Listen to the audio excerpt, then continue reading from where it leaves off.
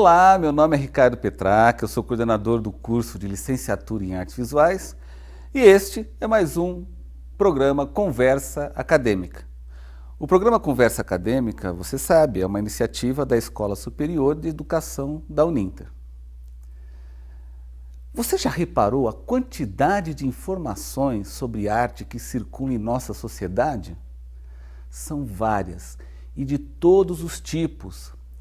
Informações sobre novos produtos como DVDs, CDs e sites, informações sobre eventos como estreias de filmes, abertura de exposições, festivais de música. Diariamente são tantas as informações que não paramos para pensar que, na maioria das vezes, essas informações estão carregadas de um juízo de valor. Você vai perguntar, como assim?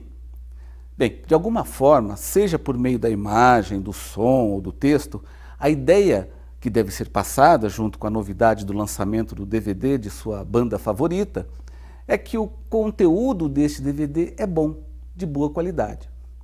Isto é um juízo de valor, que pode estar implícito ou explícito na divulgação deste produto. As pessoas que trabalham com propaganda e publicidade sabem muito bem disso.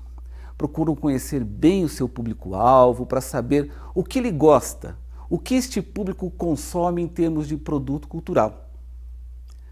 Mas, da mesma forma, quando você assiste um debate sobre cultura ou lê alguma crítica sobre um filme, um livro, saiba que ali tem um julgamento de valor em relação ao objeto ou assunto que está sendo tratado.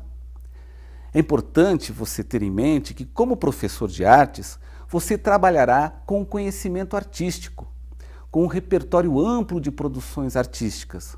Mais que isso, você terá informações sobre a linguagem artística, o contexto de sua produção, diferentes técnicas e muito mais. Tudo isso irá ajudar a formar sua opinião sobre determinada obra de arte. E não somente a sua opinião, mas uma vez que este conhecimento for compartilhado em sala de aula, ele ajudará a formar a opinião do seu aluno, do seu futuro aluno, a opinião dele sobre arte. Bem, mas em arte é muito comum você ouvir frases do tipo: gostei desse filme ou não gostei deste livro. Mas até aí é um gosto pessoal, cada um tem o seu. Mas você, como estudante ou professor de arte, pode reconhecer que é uma obra bem feita, mesmo que você não goste do estilo do autor ou do jeito com que o autor manipula os elementos da linguagem artística. Por meio do estudo e do contato com diferentes obras, de diferentes períodos, você pode mudar a sua forma de avaliar as obras que, inclusive, você já tinha ouvido falar, mas ainda não havia procurado conhecê-la melhor, ou até ter contato com outras obras que poderiam, de alguma maneira, fazer referência a esta, que você não conhecia muito bem. Por exemplo, referências com relação ao uso da cor de forma similar, da composição, da técnica e etc. Portanto, como estudante de artes, procure sempre ir além do gostei ou não gostei. Este é um dos critérios que diferencia uma avaliação profissional de uma outra baseada simplesmente em gostos pessoais. Uma crítica profissional de uma obra demonstra conhecimento sobre o objeto que está sendo criticado ou avaliado. Portanto, fuja daqueles blogs, sites, revistas que, ao falar sobre um livro, filme ou outro produto cultural qualquer, os comentários giram somente em torno do gosto pessoal do autor, do texto, ou até mesmo fogem do objeto que está sendo avaliado. Por exemplo, quando você ler um comentário sobre um filme, verifique se o crítico contextualiza o filme na época em que foi produzido, se ele tem conhecimento da linguagem audiovisual, se ele sabe o que envolve a produção de uma obra cinematográfica, se ele é capaz de estabelecer relações desta obra com outras do mesmo autor ou outras obras do mesmo gênero. Tudo isso demonstra conhecimento do crítico sobre o objeto que ele está analisando, no caso, o filme.